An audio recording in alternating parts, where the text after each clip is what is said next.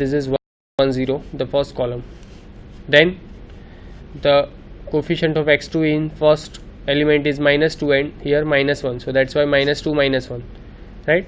Since B is the standard basis of R2, the transition matrix P from B to B dash can be written as P is equal to 2 - 3 1 4. Okay, 2 - 3 1 4, because you can see, since B is the standard basis of R2, the transition matrix P from B to B dash, because of B is the standard basis, we can write directly this is the first column 2 1 and this is -3 4. Okay, now determinant of P, you can easily find it. 4 into 2 8 minus -3 into 1, that is 8 plus 3, that is equal to 11, and adjoint of P, that is equal to 4 3 minus 1 2. Okay, adjoint of P, that is equal to 4 3 minus 1 2.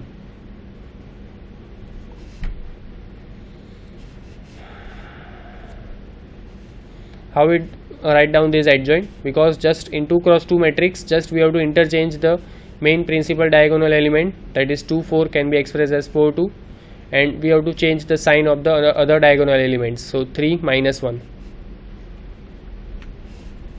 Now P inverse is equal to adjoint of A upon determinant of A, that is equal to 1 upon 11, 4 3 minus 1 2.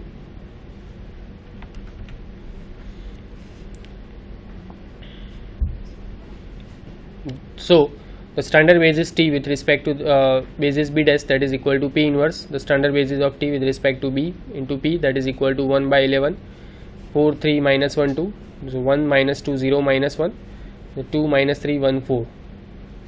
So when we multiply this two matrix, just try to understand how we multiply the first two matrix.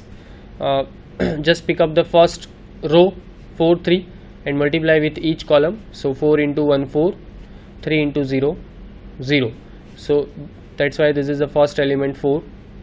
Then 4 into -2 -8 plus 3 into -1 -3, so -8 -3, that is -11. Then now we multiply each column with the first row. Now pick up the second row, so -1 2 and multiply each column, so -1 into 1 -1 plus 2 into 0 0, so -1 -1 into -2, that is 2 plus 2 into -1 -2, so 0. Then 2 minus 3 1 4, 2 minus 3 1 4. Now 1 by 11, 4 into 2 8 minus 11, that is -3, 4 into -3, that is -12, minus 44 minus 56. Then -1 into 2 -2, 0 into 1 0, -2, and -1 into -3, that is 3, plus 0 into 4 0, so 3. So this equal to -3 by 11, -56 by 11, -2 by 11 and 3 by 11. Okay, so next example. Next,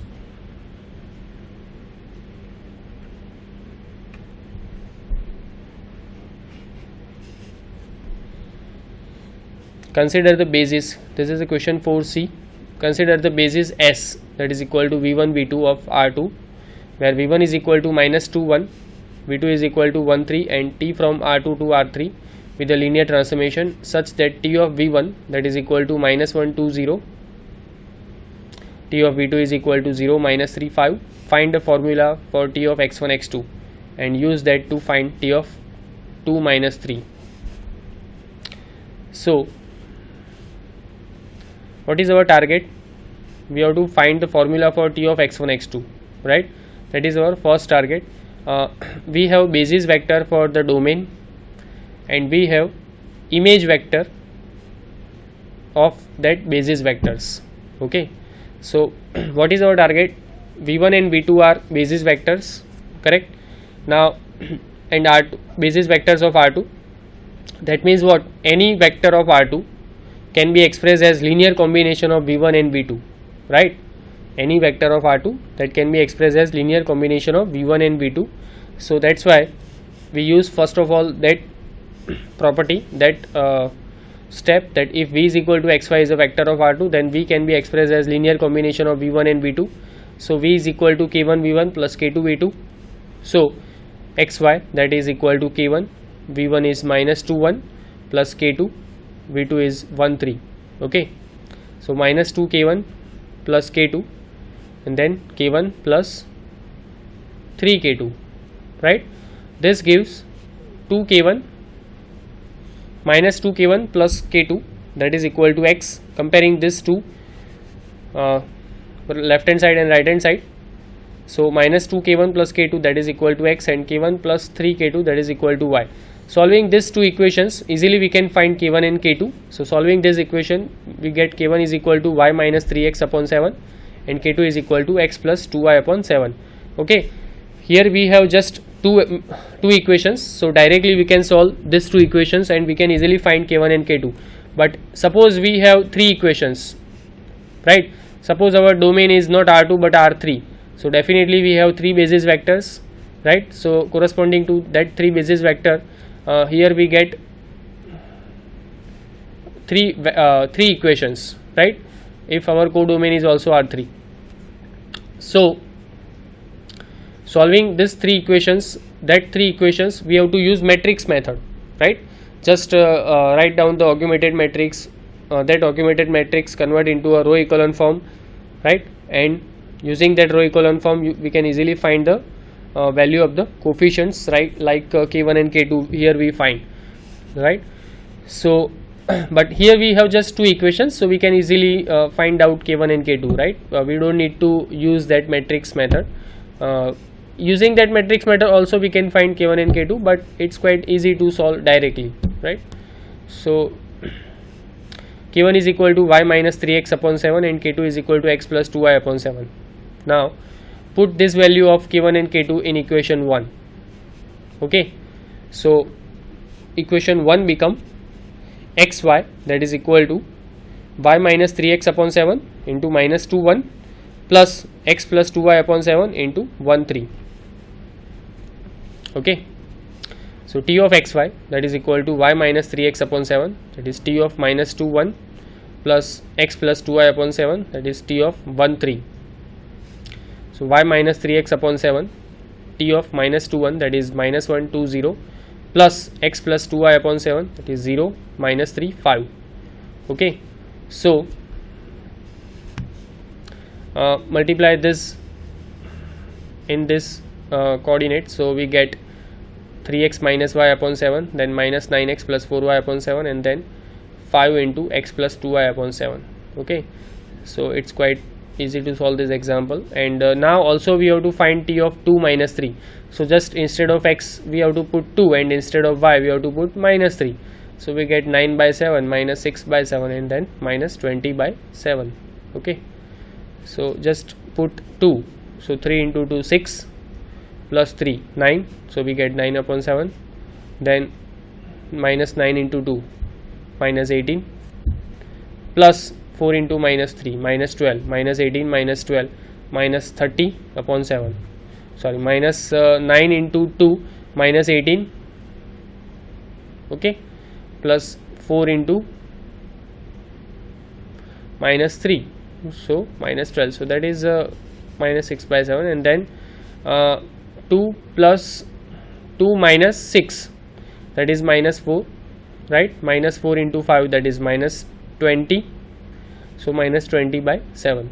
Okay, so here we get 9 by 7 minus 6 by 7 and minus 20 by 7. So here the complete the solution of this question. The next question, question 4d, define kernel of T. Let T from R2 to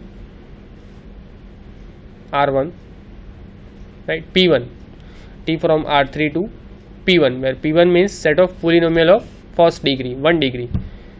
So set of polynomial of 1 degree be the linear transformation defined by T of A1 A2 A3, that can be expressed as minus A1 plus 2A2 plus A3 plus minus A2 plus A3 into x.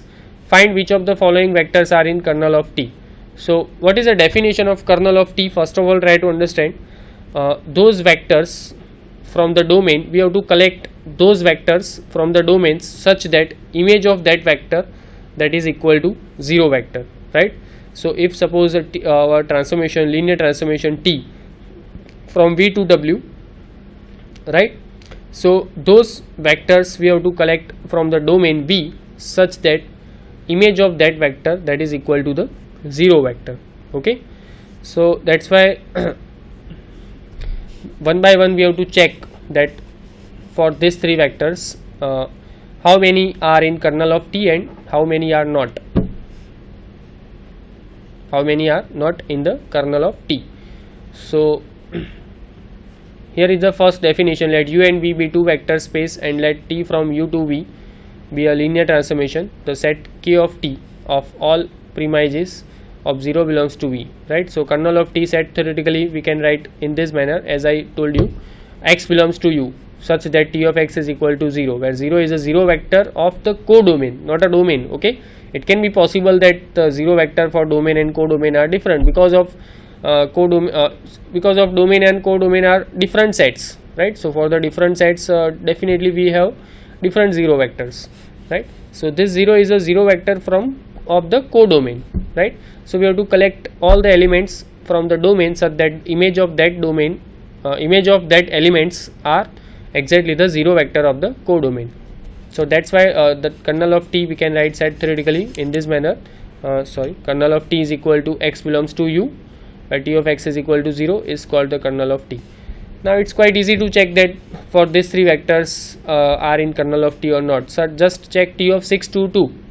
Already we have T of A1, A2, A3 how we defined in the definition, right?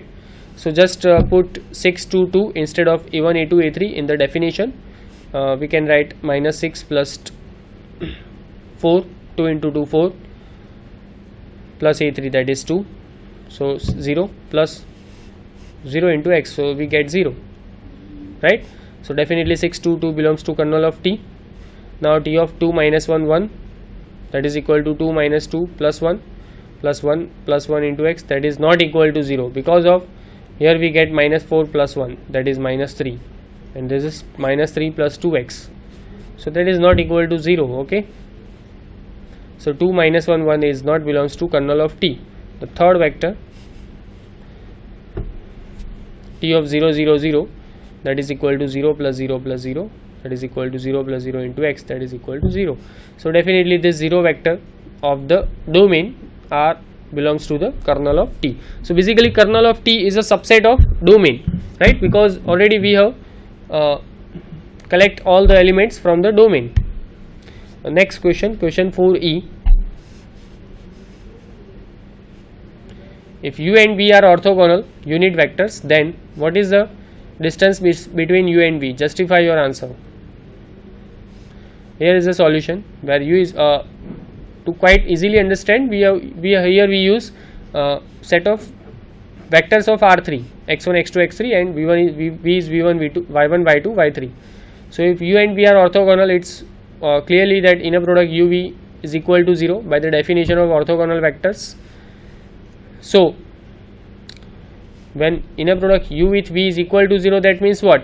Using Euclidean inner product, x1 y1 plus x2 y2 plus x3 y3, that is equal to 0. Okay, so distance of UV, that is equal to under root x1 plus y1 square plus x2 plus y2 square plus x3 plus y3 square. Okay, so under root, that is equal to under root x1 square plus x2 square plus x3 square plus y1 square plus y2 square plus y3 square minus 2 into x1 y1 plus x2 y2 plus x3 y3, right? So under root x1 square plus x2 square plus x3 square plus y1 square plus y2 square plus y3 square okay, because of x1 y1 plus x2 y2 plus x3 y3 is equal to 0, we have, so this term, this will be cancelled out. So only we equal that this equal to under root x1 square plus x2 square plus x3 square plus y1 square plus y2 square plus y3 square, and that is equal to under root summation xi square plus summation yi square. Now that can be expressed as, because of we know that norm u square, that is exactly under root inner product u with u, so under root u square plus under root v square, that is equal to under root 1 plus 1, and that is equal to under root 2. Okay. Here is the next question. Define algebraic multiplicity of an eigenvalue and determine the algebraic and geometric multiplicity of A of this matrix 0 1 1 1 0 1 1 1 0. If the eigenvalue of A r lambda is equal to 2 minus 1 minus 1 and corresponding eigenvectors for lambda is equal to 2 is 1 1 1 and for lambda is equal to minus 1 r, there are two eigenvectors minus 1 1 0 and 1 1 minus 2. It's quite easy to understand because what is algebraic multiplicity? Here is the definition. The algebraic multiplicity of an eigenvalue lambda is multiplicity as a root of the characteristic equation A minus lambda is equal to 0, and right, so algebraic multiplicity of A is 2 because as an eigenvalue lambda is equal to minus 1 is repeated twice. The algebraic multiplicity of minus 1, okay, so the algebraic multiplicity of minus 1 is 2 and the geometric multiplicity of minus 1 is also 2 because of corresponding to minus 1 we get two eigenvectors. Now from of 2, the algebraic multiplicity of 2 is 1 because as an eigenvalue the 2 is considering only one time, right, 2 is considering only one time, so that's why the algebraic multiplicity of 2 is 2 is 1 and the geometric multiplicity of 2 is also 1 because corresponding to 2 we get only one eigenvector, so the geometric multiplicity of 2 is also 1. Okay, so up to question number 4 if we solve this question paper. Thank you.